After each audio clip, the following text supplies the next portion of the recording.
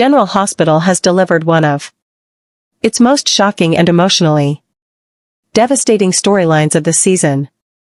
In a stunning turn of events at Windermere, a revelation emerges that changes everything. A secret that Britt Westman has been harboring suddenly becomes the key to a tragedy that neither Sidwell nor anyone in Port Charles could have anticipated. What began as a calculated dismissal of a liability has transformed into something far more sinister.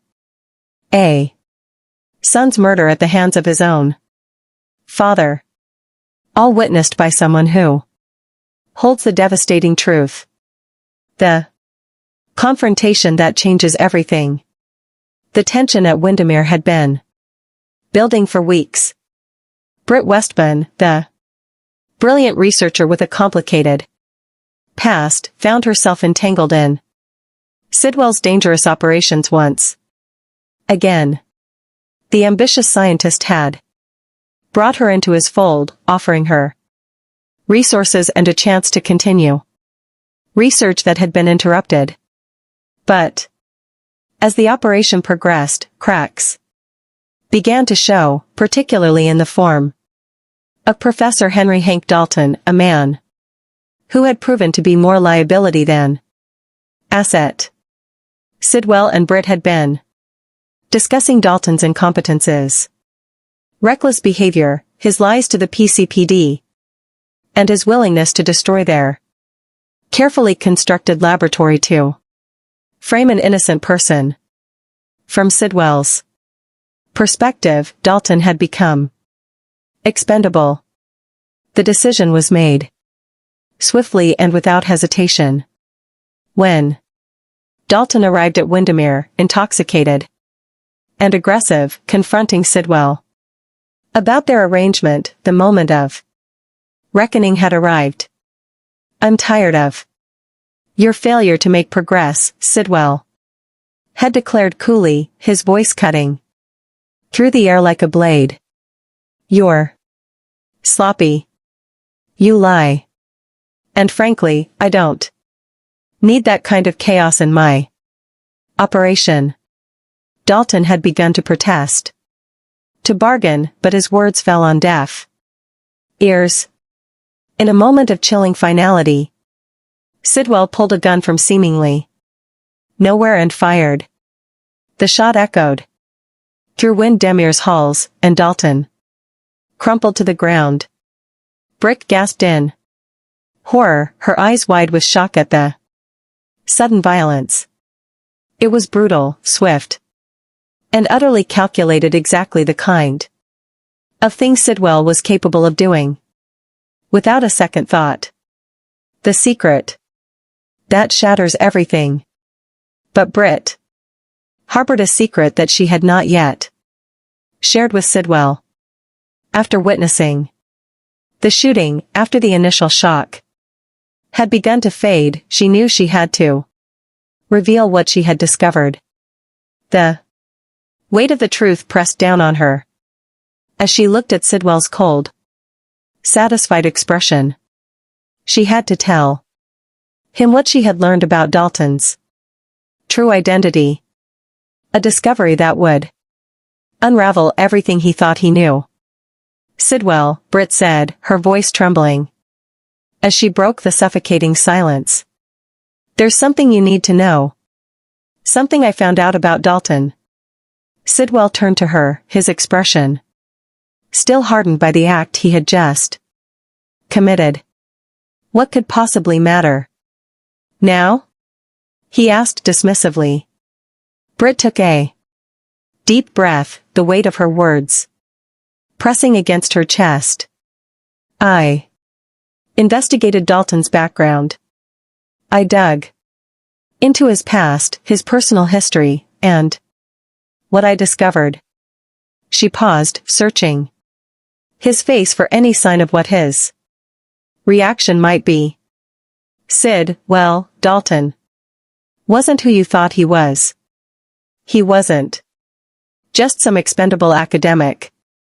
He was..." The words hung in the air between them. almost too terrible to speak aloud. He was your son, Britt finished quietly. Dalton was your biological son. The research I found, the birth records, the documentation, it all points to the same conclusion. Whatever happened in your past, whatever circumstances led to his adoption or separation from your family, he was your blood. The moment of recognition, the effect of Britt's revelation on Sidwell was immediate and devastating. The cold, calculating Dylan's face crumbled before Britt's eyes. The man who had committed murder, without hesitation, suddenly found himself confronted with the terrible reality of what he had done. His hands began to shake, his carefully constructed facade of indifference shattered like glass. "That's not possible," Sidwell whispered, his voice barely audible. "You're lying." "I'm not," Britt said firmly, though compassion flickered in her eyes. Despite everything, despite Sidwell's ruthlessness and his involvement in a legal research, she understood the magnitude of what she had just revealed to him. "I wouldn't lie about something like this. I have the evidence. The documentation is thorough." Sidwell staggered backward as if physically struck by the weight of Britt's words. He looked down at the body of the man he had just shot, the man he had dismissed as a problem to be eliminated. That man was his son, not some stranger, not some inconvenient associate, his own biological son. The realization seemed to crack something fundamental within him. Tears began to stream down Sidwell's face, something those who knew him might have thought impossible. His shoulders shook with sobs of anguish and profound regret. He had lived his life without principles, without conscience, making calculated decisions that served only his ambitions. But this was different. This crossed a line that even he could not cross without feeling the weight of it. "I've made a grave mistake," Sidwell said, his voice with emotion. "Tell me everything. How did I not know? How could this have happened?" The weight of the truth. Britt explained what she had discovered. How Dalton's birth records indicated a connection to Sidwell's past. How the timeline aligned with events that had occurred years before. Perhaps Dalton himself had not known the truth about his parentage. Perhaps he had been raised elsewhere, his true origins hidden from him. But the evidence was irrefutable. As Sid well absorbed this devastating knowledge, the magnitude of his actions became unbearable. He had murdered his own son in a fit of cold calculation and ambition. He had ended a life that shared his blood, severed a connection that he had never even known existed. And now, standing over Dalton's body, Sidwell found himself transformed by remorse, a man who had lived without conscience, suddenly confronted by the most consequential act of his life. "What do I do now?" Sidwell asked Britt, his voice hollow and broken. "How do I live with this? How do I explain what happened here?" Britt stood silently, watching as the villain unraveled before her. She had revealed the truth, not out of malice, but because it was important. Because someone needed to know what had been lost, what had been destroyed in that single moment of violence. In exposing Sidwell's terrible secret, she had inadvertently created a moment of reckoning that no amount of calculation or planning could have anticipated. The aftermath in Port Charles. As news of Dalton's death begins to spread through Port Charles, questions will inevitably arise.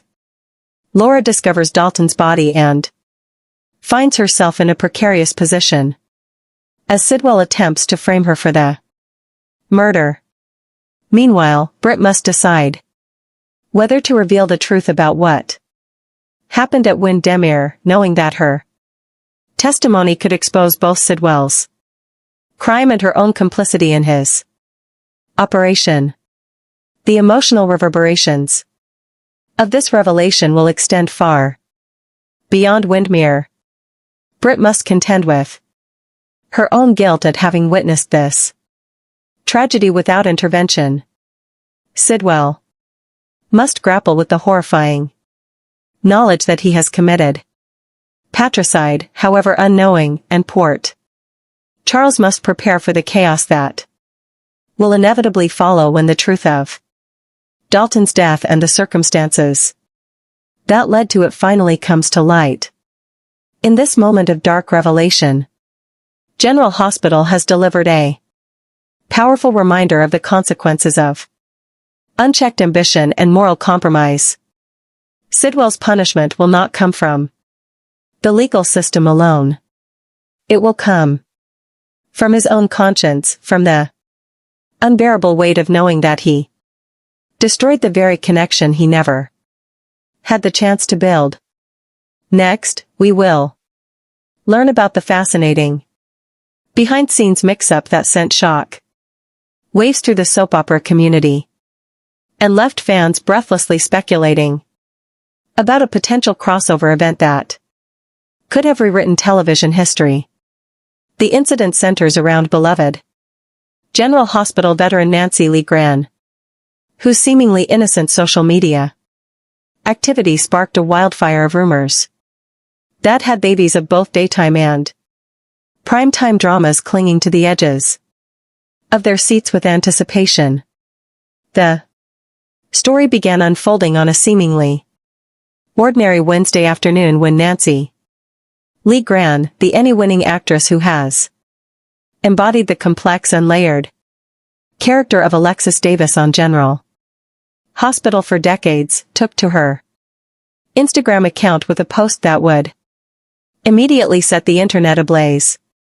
The content appeared straightforward at first glance. A brief video reel showcasing the iconic Great Plus Sloan Memorial Hospital exterior, complete with its distinctive architectural features that Grey's Anatomy fans have come to recognize instantly.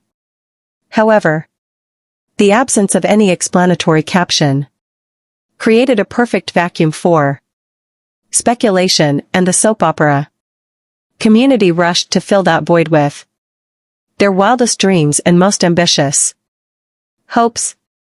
As viewers scrutinized every frame of the second clip, they noticed what appeared to be production crew members and technical staff moving purposefully in the foreground, their silhouettes backlit by the California sun.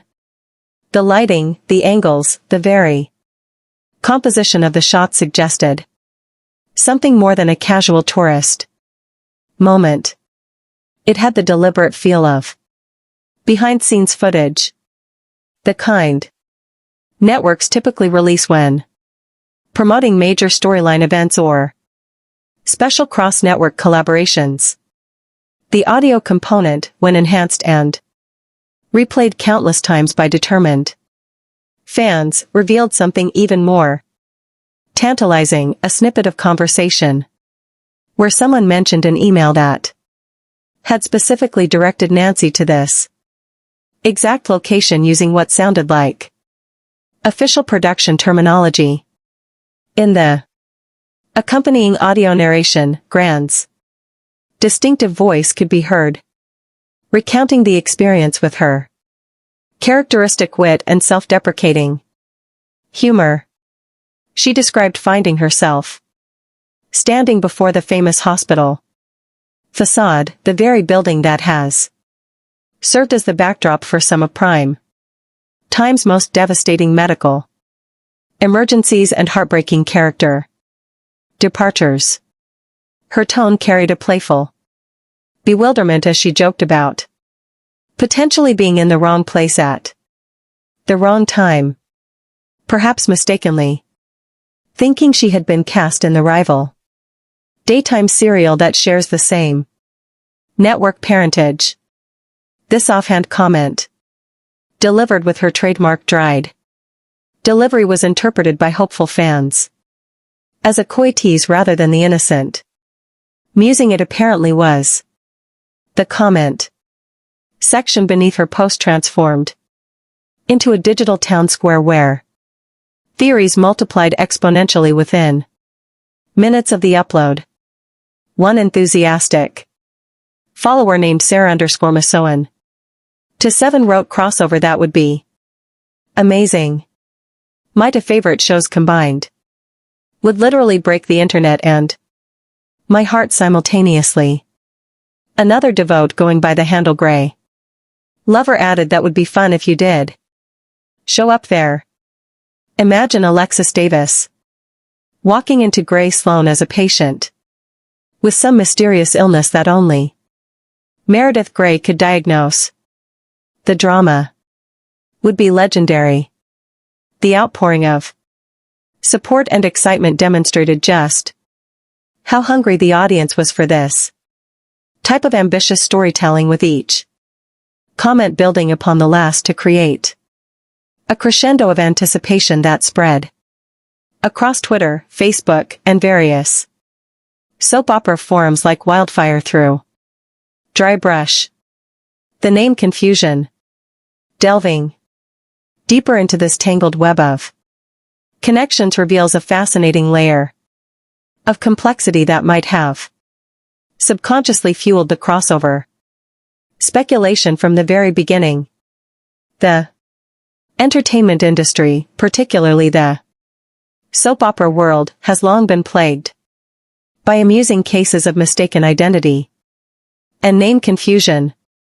But this situation presents a particularly unique, triple-layered coincidence that seems almost too perfectly orchestrated to be accidental. At the center stands Nancy Lee Gran, the powerhouse performer whose portrayal of Alexis Davis has earned her multiple Daytime Emmy nominations and a devoted fan base that has followed her character through decades of tumultuous storylines, including murder trials, political campaigns, and complex family dynamics that have defined General Hospital's modern era. The first layer of confusion emerged from the Grey's Anatomy expanded universe itself, specifically from the beloved spin-off series Private Practice that ran for 6 seasons and followed Addison Montgomery's journey to Los Angeles. That series introduced a character named Nancy Lee, a role brought to life by actress Mia Wolf, who delivered a memorable performance that left an indelible mark on the Sean Dalen faithful. Though this character existed in a different narrative universe, the name similarity created an immediate mental association for fans who follow both daytime and primetime medical dramas, establishing a cognitive link that would later prove significant when Gran's Instagram post appeared. The second layer materialized within Grey's Anatomy proper during the show's th season, specifically in the emotionally charged Ring of Fire episode that aired in May.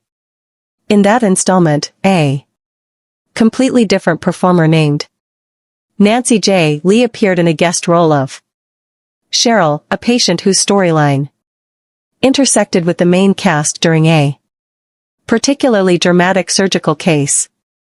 This casting choice added yet another Nancy Lee variant to the mix, creating what can only be described as a perfect Storm of nominative synchronicity that had fans' minds naturally connecting dots that might not have existed otherwise. The third layer involves the behind-the-scenes reality that both productions share the same physical space at Prospect Studios in Los Feliz, California. A historic facility that has been home to countless iconic television productions since its inception. This geographical proximity means that crew members, production staff, and even actors from both shows regularly encounter each other in communal areas like the cafeteria, parking structures, and administrative offices.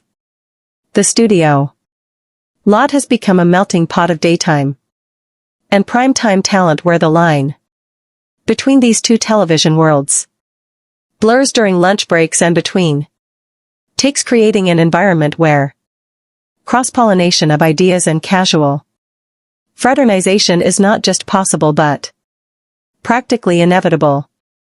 Studios and production logistics. The physical reality of how these two television juggernauts coexist provides perhaps the most compelling argument for why a crossover, while exciting to imagine, presents significant logistical challenges that extend far beyond simple geography. Prospect Studios, formerly known as ABC Television Center, occupies a sprawling campus that houses multiple sound stages, production offices, and support facilities. Grey's Anatomy primarily utilizes several of the largest sound stages on the lot for its extensive interior hospital sets, including the iconic operating rooms, the bustling, and the character's locker room, where so many pivotal conversations have unfolded over seasons. General Hospital, while also filming interior scenes within these same hallowed halls, operates on a different production schedule that has been fine-tuned over years of continuous broadcasting. The daytime drama typically tapes multiple episodes per day, with actors often shooting scenes out of sequence and depending on a rapid-fire production pace that allows for minimal retakes and maximum efficiency. Primetime productions like Grey's Anatomy, conversely, enjoy more generous schedules, larger budgets per episode, and extended post-production timelines that accommodate complex visual effects and intricate sound design. These divergent operational rhythms create a synchronization problem that would make any substantial crossover event a scheduling nightmare of epic proportions. Moreover, the union rules and contractual obligations governing daytime versus prime time productions differ significantly, with separate agreements from entities like SAG-AFTRA, the Directors Guild, and various crew unions that would require extensive negotiation and potential financial penalties for cross-utilization of talent. The lighting, setups, camera equipment, and even the basic technical specifications vary between the two formats, meaning that scenes would require careful planning to maintain visual consistency across the different production styles. Even something as simple as matching the color grading that defines Grey's Anatomy cinematic aesthetic with General Hospital's brighter, more traditional soap opera look would present post-production challenges that could delay episodes and increase costs exponentially. Fan theories and social media explosion. The viral nature of Grand's Instagram post demonstrates the extraordinary power of social media to amplify speculation and create collective wish fulfillment scenarios that take on lives of their own. Within hours of the initial posting, the video had been shared over times across various platforms with fan edit accounts creating elaborate montages that spliced Alexis Davis footage into Grey's Anatomy scenes, complete with dramatic medical jargon and emotional monologues about patient care. Twitter threads analyzing the potential storylines reached hundreds of thousands of impressions with hashtags like Alexis, Traslin and crossover trending in multiple markets, particularly in demographics that overlap between the two shows' audiences. Digital content creators specializing in soap opera commentary produced lengthy YouTube videos dissecting every possible interpretation of Grant's post with some channels dedicating entire episodes to speculating which general hospital characters would be most likely to appear in a Grey's Anatomy medical crisis scenario. The consensus among fan theorists seemed to converge on the idea that Alexis Davis, with her history of personal trauma and substance abuse struggles, would make a compelling patient case study for Meredith Gay's diagnostic genius. Others suggested that Dr. Hamilton Finn, General Hospital's infectious disease specialist, could consult on a mysterious outbreak at Grey Sloan, bringing with him the soap's trademark dramatic flair for medical storytelling that primetime often lacks. Instagram stories exploded with polls asking followers to vote on potential crossover scenarios, while TikTok users created short-form content imagining comedic encounters between characters from both universes. One particularly viral video showed a split screen comparison of Grey's Anatomy's signature serious doctor face montages alongside General Hospital's famous staring into the distance while dramatic music plays moments highlighting both the similarities and differences in how each production approaches emotional storytelling. The engagement metrics across all platforms indicated that this speculative event had tapped into something deep within the fan community's a desire to see their favorite characters transcend the artificial boundaries that separate daytime from primetime soap opera from network drama industry context and historical precedents. While cross-net, network or cross-format crossovers remain relatively rare in the television landscape, they are not entirely without precedent, which perhaps explains why fans felt emboldened to hope for such an ambitious collaboration. The most famous example remains the crossover event between NBC's Friends and Mad About You, which, while both primetime sitcoms, demonstrated that audiences delighted in seeing characters from different shows inhabit the same narrative space.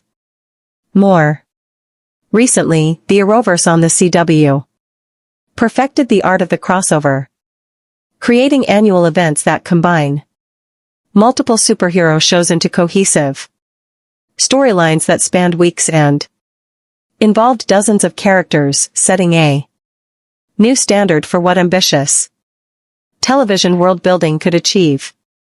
In the soap opera realm, crossovers have historically been more common within the same network family, particularly during the S, when ABC's entire daytime lineup existed in what fans termed the ABC soap universe. Characters from General Hospital would occasionally reference events happening on All My Children or One Life to Live, creating a loose sense of shared reality that thrilled dedicated viewers. However, these were typically subtle nods rather than full-fledged character integrations. The logistical and financial barriers to true cross-pollination between daytime and primetime productions have proven formidable with different revenue models, advertising structures, and audience measurement systems creating institutional separations that are difficult to bridge. Financial considerations present perhaps the most significant obstacle to such a collaboration. General Hospital operates on a dramatically smaller per episode budget compared to Grey's Anatomy, with cost-cutting measures that include accelerated filming schedules, limited location shooting, and reduced post-production polish. A crossover would require either elevating GH's production values to match Grey's cinematic quality, potentially bankrupting the daytime budget, or accepting that Alexis Davis would appear jarringly different when transferred to the primetime aesthetic. Network executives, when privately consulted about such possibilities, typically cite these economic realities as the primary reason why ambitious crossover dreams remain in the realm of fanfiction rather than actual development slates. The clarification and reality check. After hours of intense speculation that had grown into a full-blown internet phenomenon, Nancy Lee Gran returned to social media to address the situation directly, though her clarification came with a mixture of amusement and gentle resignation that suggested she had anticipated this reaction. In a follow-up Instagram story that has since expired but was captured by numerous fan accounts, she spoke directly to the camera from what appeared to be her dressing room at Prospect Studios.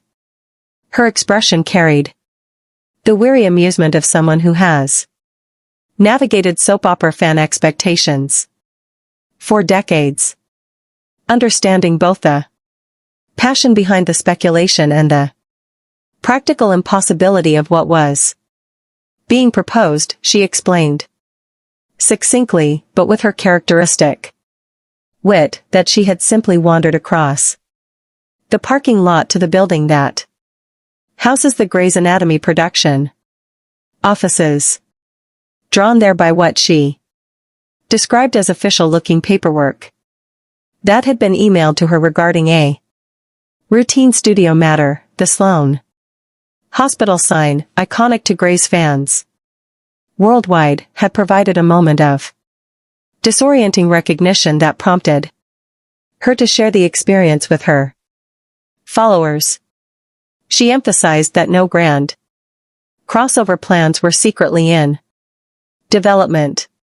No clandestine meetings had occurred between Shaw Dayland executives and General Hospital producers, and certainly no contracts were being negotiated to bring Alexis Davis into the Grey's Anatomy universe.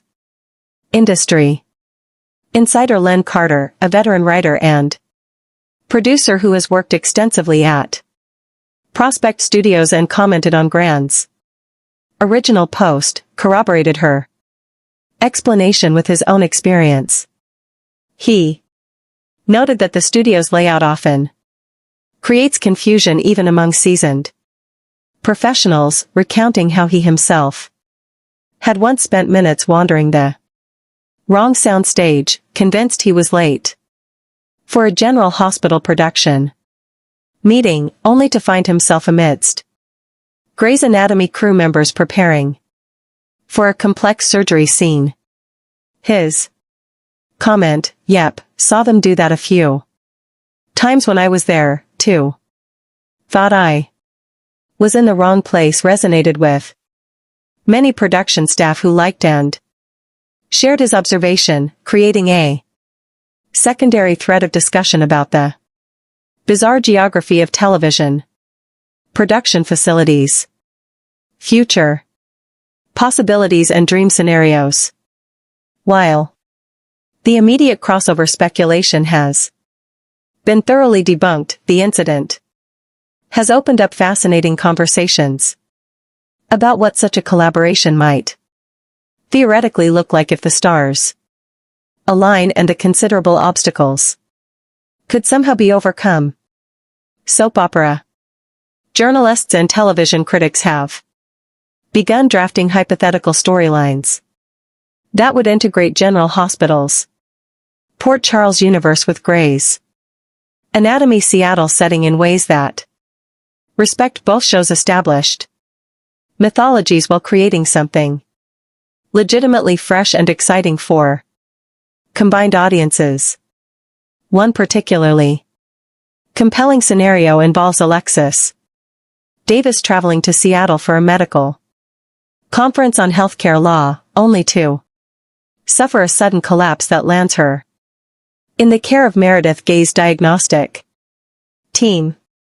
The storyline would allow for Alexis's complex personal history, including her battles with alcoholism, her complicated relationships with powerful men, and her experience as both a lawyer and a mother, to intersect with Grey's Anatomy's typical exploration of how personal trauma affects professional life. Fans have suggested that scenes between Grant and Ellen Pompeo would be electric, combining two powerhouse actresses known for delivering emotionally devastating monologues about survival and resilience. Another fan favorite concept proposes a disease outbreak storyline that begins in Port Charles but spreads rapidly enough to require CDC involvement, bringing Dr.